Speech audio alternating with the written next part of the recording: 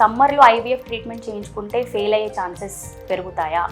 ఇది అసలు నిజం కాదండి. రీసెర్చ్ ప్రకారం చూసుకుంటే అన్ని సీజన్స్తో పోలిస్తే సమ్మర్లో ఐవీఎఫ్ ట్రీట్మెంట్ చేసుకున్నా కూడా సక్సెస్ రేట్స్లో ఎలాంటి డిఫరెన్స్ అనేది మాత్రం ఉండదు.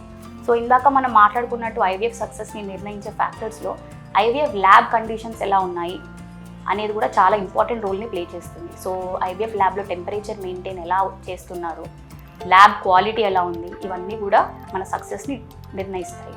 సో మనం సమ్మర్లో ఐవీఎఫ్ ట్రీట్మెంట్ చేసుకుంటే కొంచెం టిప్స్ అనేవి ఫాలో అవ్వచ్చండి కొంచెం సక్సెస్ని పెంచడానికి.